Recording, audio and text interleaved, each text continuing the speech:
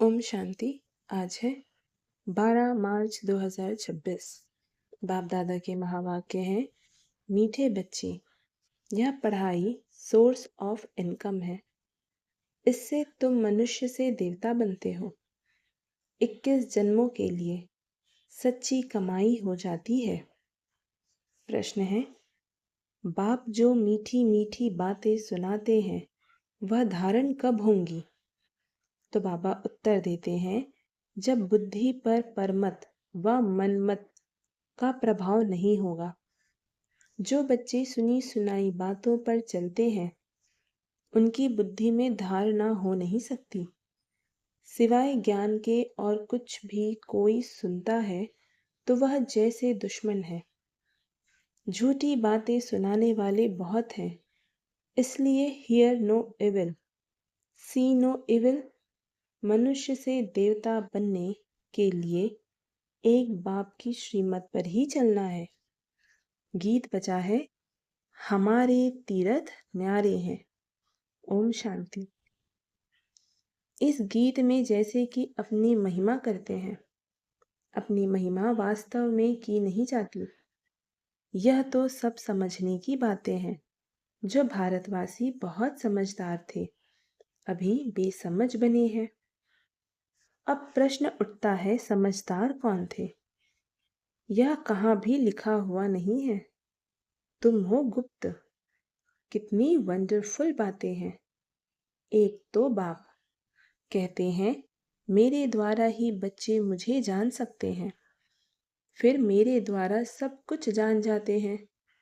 सृष्टि के आदि मध्य अंत का जो खेल है उनको समझ जाते हैं और कोई भी नहीं जानते हैं। एक मुख्य भूल की है, जो निराकार परमपिता परमात्मा शिव के बदले श्री कृष्ण का नाम डाल दिया है। पहला नंबर शास्त्र जिनको श्रीमद् भगवद गीता कहते वही रॉन्ग हो गया है। इसलिए पहले पहले तो सिद्ध करना है कि भगवान एक है। फिर पूछना है, गीता का भगवान कौन? भारत का आदि सनातन देवी देवता धर्म है। अगर नया धर्म कहें तो ब्राह्मण धर्म ही कहेंगे। पहले चोटी है ब्राह्मण, फिर देवताएं। ऊंचते ऊंच ब्राह्मण धर्म है। जो ब्राह्मण ब्रह्मा द्वारा परमपिता परमात्मा रचते हैं वही ब्राह्मण फिर देवता बनते हैं। मुख्य बात है, भगवान सबका बाप है, नई दुनिया का रचयिता। जरूर नई दुनिया ही रचेंगे ना। नई दुनिया में नया भारत होता है। जन्म भी भारत में लिया है। भारत को ही स्वर्ग बना रहे हैं ब्रह्मा द्वारा। तुमको अपना बनाकर फिर पढ़ाते हैं मनुष्य से देवता बनाने। पहले तुम शूद्र वर्ण के थे, फिर आए ब्राह्मण वर्ण में, फिर दैवी वर्ण में। पीछे वृद्धि होती रहती है। एक धर्म से अनेक धर्म हो जाते हैं। टाल टालियां भी सब धर्मों की बन जाती हैं। हर एक धर्म से निकलती है। 3 ट्यूब्स होती है ना, यह है मुख्य। हर एक से अपनी अपनी शाखाएं निकलती हैं। मुख्य है फाउंडेशन, फिर 3 ट्यूब्स है मुख्य। थ्रू है आदि देवी देवता सनातन धर्म, जो अभी सब राजयोग सीख रहे हो। दिलवाड़ा मंदिर बड़ा अच्छा बना हुआ है, उनमें सारी समझानी है। बच्चे यहाँ बैठे हैं, कल्प पहले भी तुमने राजयोग की तपस्या की थी। जैसे क्राइस्ट का यादगार क्रिश्चियन देश में है, वैसे तुम बच्चों ने यहाँ तपस्या की है। तब तुम्हारा भी यादगार यहाँ है बड़ा सहज, परंतु कोई भी जानते नहीं है। सन्यासी लोग तो कह देते हैं यह सब कल्पना है, जैसी जो कल्पना करे। तुम्हारे लिए भी कहते हैं यह चित्र आदि सब कल्पना से बनाए हैं। जब तक बाप को जाने कल्पना ही समझते हैं। नॉलेजफुल तो एक बाप है ना। तो मुख्य है बाप का परिचय देना। वह बाप स्वर्ग का वर्षा देते हैं। कल्प पहले भी दिया था, फिर 84 जन्म लेना पड़े। भारतवासियों के ही 84 जन्म होते हैं। फिर संगम युग पर बाप आकर राजधानी की स्थापना करते हैं। तुम बच्चों ने अपने बाप द्वारा समझा है। जब अच्छी रीति समझे, बुद्धि में बैठे, तब खुशी भी रहे। यह पढ़ाई बड़ी सोर्स ऑफ इनकम है। पढ़ाई से ही मनुष्य बैरिस्टर आदि बनते हैं। लेकिन यह पढ़ाई मनुष्य से देवता बनने की है। प्राप्ति कितनी भारी है। इन जैसी प्राप्ति कोई करा न सके। ग्रंथ में गाया हुआ है, मनुष्य से देवता किए करत ना लागी वार। परंतु मनुष्यों की बुद्धि चलती नहीं। जरूर वह देवी देवता धर्म प्राय लोप हो गया है। तब तो लिखते हैं मनुष्य से देवता बने। देवताएं सतयुग में थे। उन्हों को जरूर भगवान ने संगम पर रचा होगा। कैसे रचा यह नहीं जानते। गुरु नानक ने भी परमात्मा की महिमा गाई है। उन जैसी महिमा कोई ने नहीं गाई है। इसलिए ग्रंथ को भारत में पढ़ते हैं। गुरु नानक का कलयुग में अवतार होता है। वह है धर्म स्थापक। राजाई तो पीछे हुई है। बाप ने तो यह देवी देवता धर्म स्थापन किया है। वास्तव में नई दुनिया ब्राह्मणों की ही कहें। चोटी भल ब्राह्मणों की है, परंतु राजधानी देवी देवताओं से शुरू होती है। तुम ब्राह्मण रचे हुए हो, तुम्हारी राजधानी नहीं है। तुम अपने लिए राजधानी स्थापन करते हो। बड़ी वंडरफुल बातें हैं। मनुष्य तो कुछ नहीं जानते हैं।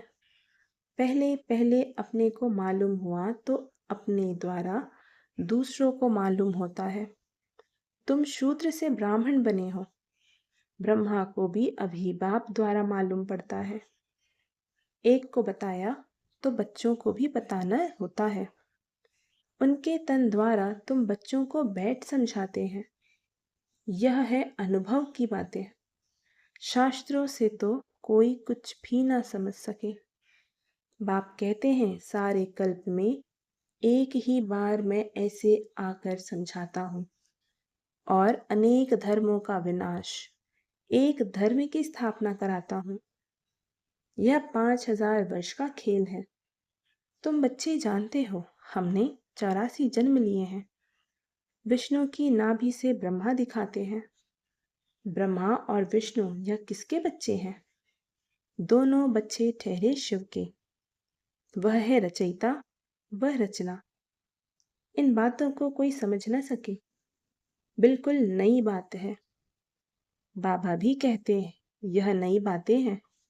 कोई शास्त्रों में यह बातें हो ना सके। ज्ञान का सागर बाप है। वही गीता का भगवान है। भक्ति मार्ग में शिव जयंती भी मनाते हैं। सतयुग त्रेता में नहीं मनाते तो जरूर संगम पर ही आते होंगे। यह बातें तुम समझते जाते हो और समझाते रहते हो। जो समझाने वाले बाप की महिमा है वह बच्चों की होनी चाहिए। तुमको भी मास्टर ज्ञान का सागर बनना है। प्रेम का सागर, सुख का सागर यहाँ बनना है। किसी को दुख नहीं देना, बहुत मीठा बनना है। तुम जो कड़वे एकदम जहर मिसल थे, सो तुम वाइसलेस ब्राह्मण बन रहे हो। ईश्वर की संतान बन रहे हो। विशिष्ट से वाइसलेस देवता बन रहे हो। आधा कल्प तुम पतित बनते बनते अभी बिल्कुल जर्जरीभूत अवस्था को पाए हुए हो। सड़े हुए कपड़ों को सटका लगने से फटकर चीर चीर हो जाते हैं। यहाँ भी ज्ञान के सटके लगाओ तो पुर्जा पुर्जा हो जाते हैं। कोई कपड़ा ऐसा मैला है जो साफ करने में बहुत टाइम लगता है, फिर वहां भी हल्का पद मिल जाता है। बाबा धोबी है, तुम भी साथ में यादगार हो। धोबी भी नंबरवार होते हैं। यहाँ भी नंबरवार हैं। धोबी कपड़े साफ ना करें तो कहेंगे ना कि यह तो जैसे हजाम है। आजकल कपड़े साफ धुलाने सीखे हैं।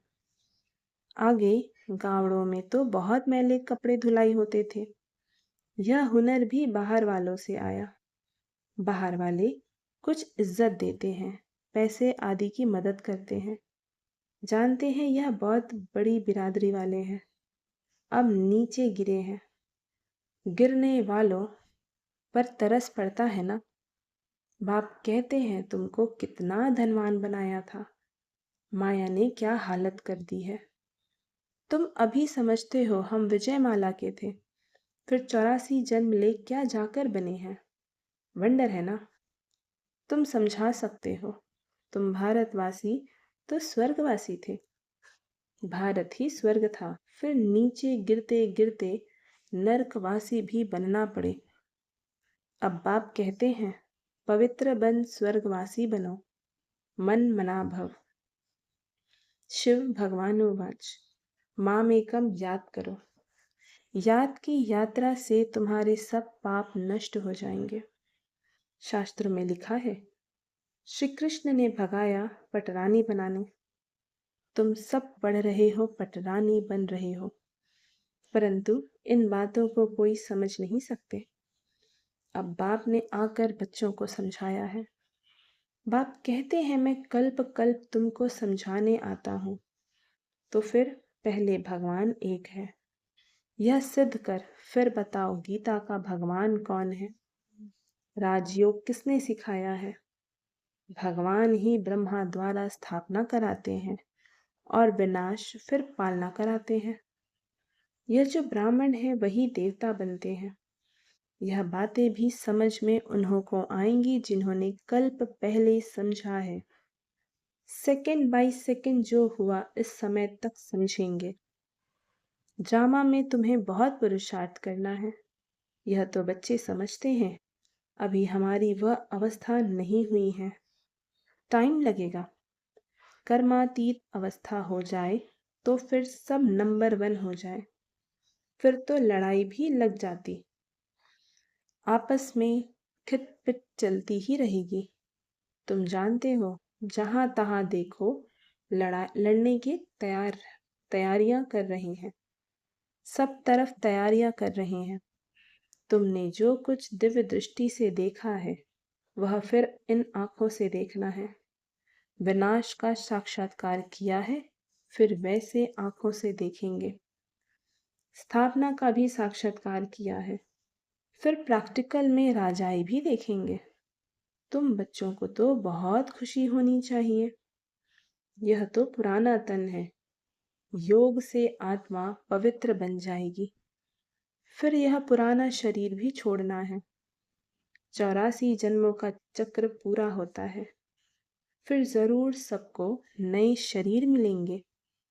यह भी समझने की बहुत सहज बातें हैं, समझा भी सकते हैं। कलयुग के बाद सतयुग जरूर होगा। अनेक धर्मों का विनाश जरूर होगा, फिर आदि सनातन देवी देवता धर्म की स्थापना अर्थ बाप को आना पड़े। अभी तुम ब्राह्मण बने हो, देवता बनने के लिए दूसरे कोई ना हो ना सके। तुम जानते हो हम शिव बाबा के बने हैं। शिव बाबा हमको वर्षा दे रहे हैं। शिव जयंती माना ही भारत को वर्षा मिला। शिव बाबा आया, क्या आकर किया। इस्लामी बौद्धी आदि से तो आकर अपना धर्म स्थापन किया। बाप ने आकर क्या किया, जरूर स्वर्ग की स्थापना की। कैसे स्थापना की, कैसे स्थापना होती है सो तुम अभी जानते हो। फिर सतयुग में यह सब भूल जाएंगे। यह भी समझते हो 21 जन्मों का वर्षा अभी हम लेते हैं। यह ड्रामा में नूद है। भल वहां समझेंगे यह बाप है, यह बच्चा है। बच्चे को वर्षा मिलता है, परंतु यह प्रारब्ध है अभी की। सच्ची कमाई कर 21 जन्मों के लिए तुम वर्षा अभी पा रहे हो। 84 जन्म तो लेने ही हैं। सतो प्रधान से फिर सतो रजो तमो में आएंगे। यह अच्छी रीति याद करने से फिर खुशी में भी रहेंगे। समझाने में बड़ी मेहनत लगती है, जब समझ जाते हैं तो उनको बड़ी खुशी होती है। जो बच्चे अच्छी रीति समझते हैं वह फिर बहुतों को समझाते रहते हैं, कांटों को फूल बनाते रहते हैं। यह है बेहद की पढ़ाई। वर्षा भी बेहद का मिलता है, फिर इसमें त्याग भी बेहद का है। गृहस्थ व्यवहार में रहते सारी दुनिया का त्याग करना है। क्योंकि तुम जानते हो यह पुरानी दुनिया खत्म होनी है, अब नई दुनिया में जाना है, इसलिए बेहद का सन्यास कराते हैं। सन्यासियों का है हद का सन्यास, उनका है हठ योग। इसमें हठ की बात नहीं रहती। यह तो पढ़ाई है, पाठशाला में पढ़ना है, मनुष्य से देवता बनने के लिए। शिव भगवान उवाच, श्री कृष्ण हो ना सके, उनको हेवनली गॉडफादर नहीं कहेंगे, हेवनली प्रिंस कहेंगे। तो कितनी मीठी मीठी बातें समझने और धारण करने की है। दैवी लक्षण भी चाहिए। कभी भी सुनी सुनाई बातों पर नहीं लगना चाहिए। व्यास की लिखी हुई बातों पर लगते लगते बुरी गति हुई है ना। सिवाय ज्ञान के और कुछ सुनाते हैं तो समझो यह हमारा दुश्मन है, दुर्गति में ले जाते हैं। कभी भी परमत पर नहीं लगना चाहिए। मनमत परमत पर चला तो यह मरा। बाप समझाते रहते हैं, झूठी बातें बोलने वाले तो बहुत हैं, तुमको बाप से ही सुनना है। Hear no evil, see no evil. बाप दादा आए ही हैं मनुष्य से देवता बनाने, तो उनकी श्रीमत पर चलना चाहिए। अच्छा, मीठे मीठे सिकी लधे बच्चों प्रति माता पिता बाप दादा का याद प्यार और गुड मॉर्निंग। रूहानी बाप की रूहानी बच्चों को नमस्ते। और हम रूहानी बच्चों की रूहानी माता पिता बाप दादा को याद प्यार गुड मॉर्निंग और नमस्ते। धारणा के लिए मुख्य सार। पहली पॉइंट, यहाँ बाप समान सुख का सागर, प्रेम का सागर बनना है। सर्वगुण धारण करने हैं, किसी को भी दुख नहीं देना है। सुनी सुनाई बातों पर कभी विश्वास नहीं करना है, परमत पर नहीं चलना है। Hear no evil, see no evil. आज का वरदान, मैंपन के बोझ को समाप्त कर प्रत्यक्ष फल का अनुभव करने वाले बालक सो मालिक भव। जब किसी भी प्रकार का मैंपन आता है तो बोझ सिर पर आ जाता है, लेकिन जब बाप ऑफर कर रहे हैं कि सब बोझ मुझे दे दो, आप सिर्फ नाचो उड़ो, फिर यह क्वेश्चन क्यों कि सर्विस कैसे होगी, भाषण कैसे करेंगे।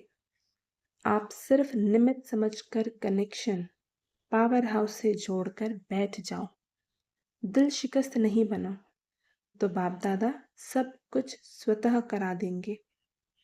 बालक सो मालिक समझकर श्रेष्ठ स्टेज पर स्थित रहो, तो प्रत्यक्ष फल की अनुभूति करते रहेंगे। स्लोगन, ज्ञान दान के साथ साथ गुण दान करो तो सफलता मिलती रहेगी। ये अव्यक्त इशारे निश्चय के फाउंडेशन को मजबूत कर सदा निर्भय और निश्चिंत रहो। कैसी भी कड़ी परिस्थिति हो, लेकिन खेल समझने से कड़ी समस्या भी हल्की बन जाती है। कई बच्चों में हिम्मत है, इसलिए कोई भी बात होती है तो कहते हैं हाँ करेंगे, सोचेंगे। हिम्मत तो है लेकिन फेथ नहीं है। फेथफुल के बोल ऐसे नहीं होते।